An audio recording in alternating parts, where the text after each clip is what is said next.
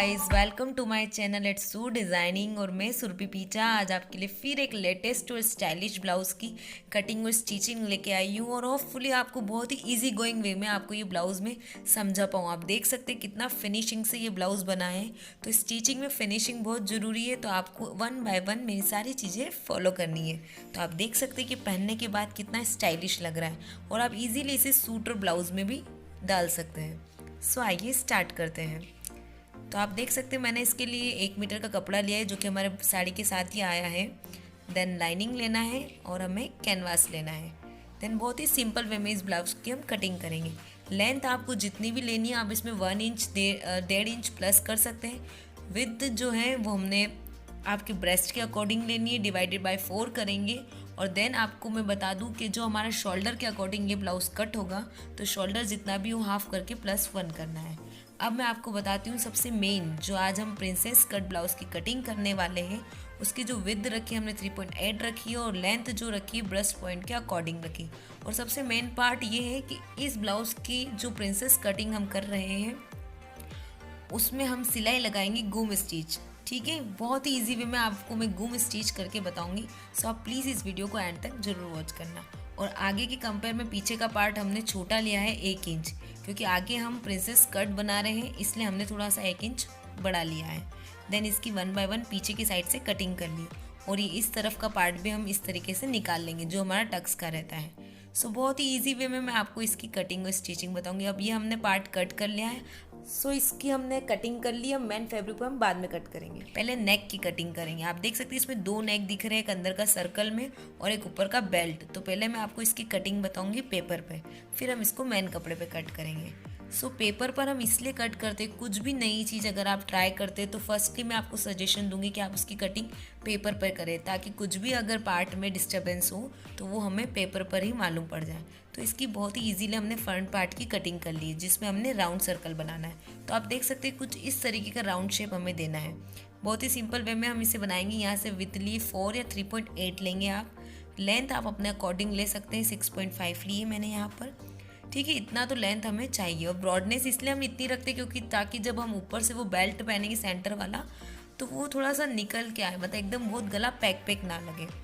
ठीक है, और अगर ये ब्रॉड हो जाता है तो इसको कैसे कम करना है मैं इस ट्रिक को भी आपको इस वीडियो में बताऊंगी।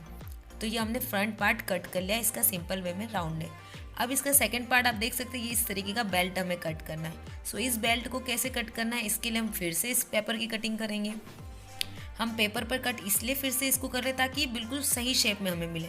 हमें इसको लगाते वक्त, मेन कपड़े पे कट करते वक्त कोई दिक्कत ना है, इसलिए हम इसको फिर से पेपर पर ही कट करेंगे।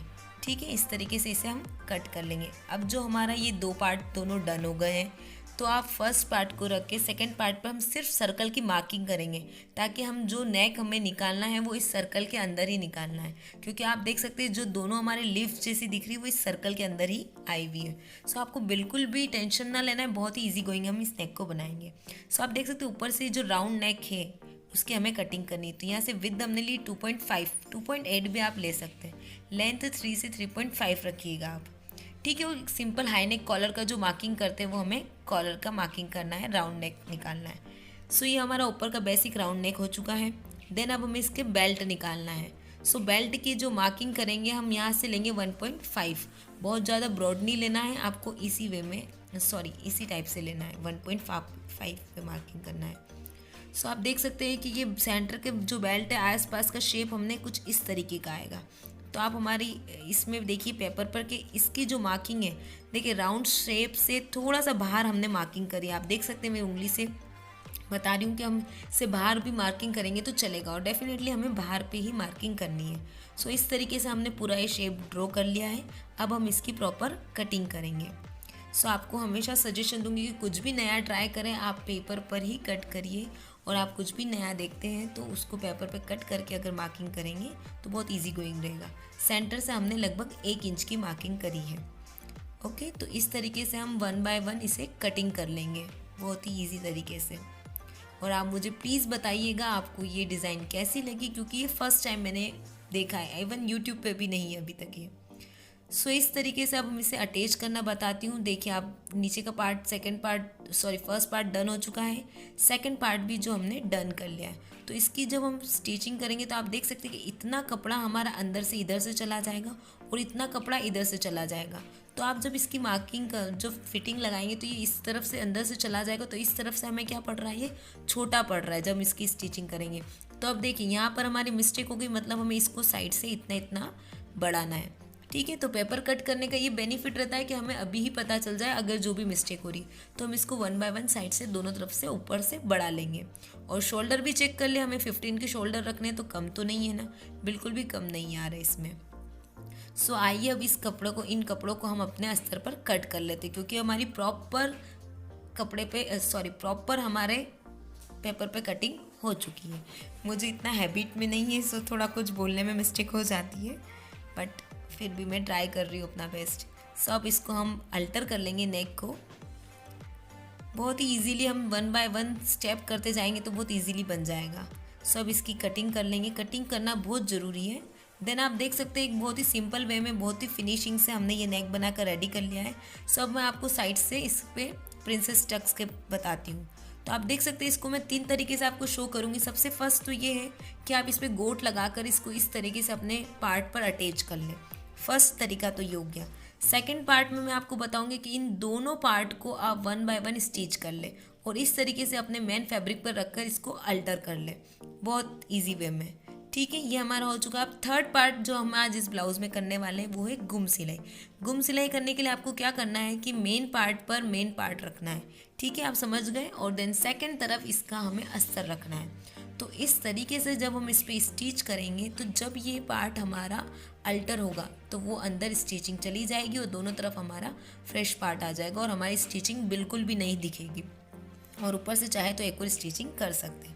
सो अब मैं आपको बताती हूँ, मैंने इसमें दोनों तरीके से स्टिच करी और आप खुद देख लीजिए कि ये गुम सिलाई वाला पार्ट कितना फिनिशिंग से लग रहा है और ये कितना अनफिनिशिंग लग रहा है। सो आप कुछ इस तरीके से करेंगे तो बहुत ईजी गोइंग रहेगा। अब देन हमने दोनों पार्ट को इस तरीके से ही गुम सिलाई में स्टिच कर लेंगे। उस साइड का एडिशनल पार्ट वो कट कर लेंगे, जितना भी एडिशनल पार्ट था। और यहाँ से आर्म होल एक बार चेक कर लेंगे। 6.5 हमारा डन हो चुका है। अब हम सेंटर बेल्ट की कटिंग करेंगे प्रॉपर।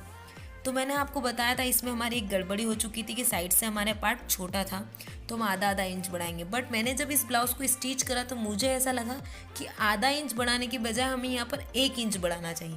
देख लिए, कोई दिक्कत नहीं, आप 1 इंच भी बढ़ाते हो, वो हमें सिर्फ अटैच करना है। तो आपको मैं सजेशन दूंगी कि मैंने आधा इंच बढ़ाया है, पर मेरे स्टिचिंग करने पर मैंने इसमें जजमेंट लगाया है कि आपको ये 1 इंच बढ़ाना है। सो ठीक है, आप 1 इंच बढ़ाकर इसकी कटिंग कर लीजिए।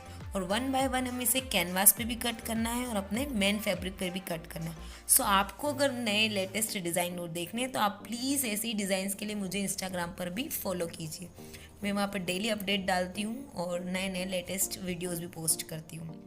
सो आप देख सकते हैं कि अब इसको अल्टर करने का तरीका ऐसा है कि मेन कपड़े पर हमने इसका अस्तर रखा है। ठीक है, हमेशा ध्यान रखना है कि अस्तर रखेंगे मेन कपड़े पे तो जब इसको टर्न करेंगे तो हमारा कैनवास अंदर चला जाएगा। ठीक है, हमें कैनवास ऊपर ही होना चाहिए। अब हम इस पर बारीकी से स्टिचिंग कर लेंगे आधा इंच की। सो इस तरीके से हमने स्टिचिंग कर ली है। अब इसको हम ऊपर के पार्ट पर हमने अभी कोई कट नहीं किया है। अब देन नीचे के पार्ट से जो हमने सिलाई लगाई हुई थी वहाँ से हम इसको अल्टर कर लेंगे। तो ठीक है, आप किसी की भी सहायता से इसको अल्टर कर सकते हैं। सो अब जो हमारा नेक है उसको हम ऊपर वाला कट कर लेंगे और इसी नेक को हम गला पट्टी लगाकर अल्टर भी कर लेंगे। ठीक है, तो ये कुछ इस तरीके से हम इसकी कटिंग कर लेंगे गला पट्टी की भी, और इसे भी हम डन कर लेंगे। देखिए, ब्लाउज़ के किसी भी फैब्रिक को आपको तब तक नहीं फेंकना है जब तक आपका ब्लाउज़ पूरा डन नहीं हो जाता।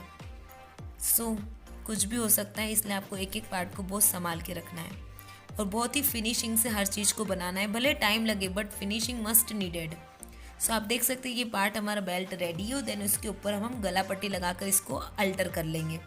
सो ये कुछ नेक हमारा फ्रंट पार्ट ऐसा है, देन इसके ऊपर हम बेल्ट लगा लेंगे। सो आप अटैचिंग में देख सकते हैं कि इसको अटैच करने के भी 2 तरीके हैं इस बेल्ट को भी।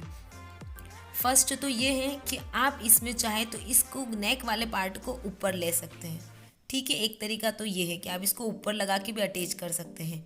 और सेकंड ये है कि आप अंदर वाले बेल्ट को भी बाहर ला सकते हैं। आज हम इस तरीके से लगाएंगे और सिर्फ हमारे को ऊपर के पार्ट से ही इसको अटैच करना है और ये सेंटर पे मार्क कर लेंगे। सिर्फ मार्क करना है, सेंटर से अटैच नहीं करना है, सिर्फ डाउन साइड से हम इसको अटैच करेंगे। तो आप देख सकते हैं कि ये इस तरीके से हमारा हो चुका है। अब अगर आपको लग रहा है कि आपका नेक ब्रॉड हो गया है तो आप इसकी एक मिस्टेक को सुधार भी सकते हैं कि साइड से थोड़ा सा टक्स ले सकते हैं। ये इस तरफ से इसे सेंटर से आप टक्स ले लीजिएगा तो आपका नेक जो है वो चौड़ा जो हो गया है वो कम हो जाएगा। तो हमने पूरा बेल्ट अटैच कर लिया है और आप देख सकते हैं कि कुछ इस तरीके से हमारा नेक रेडी हो चुका है। मैंने सेंटर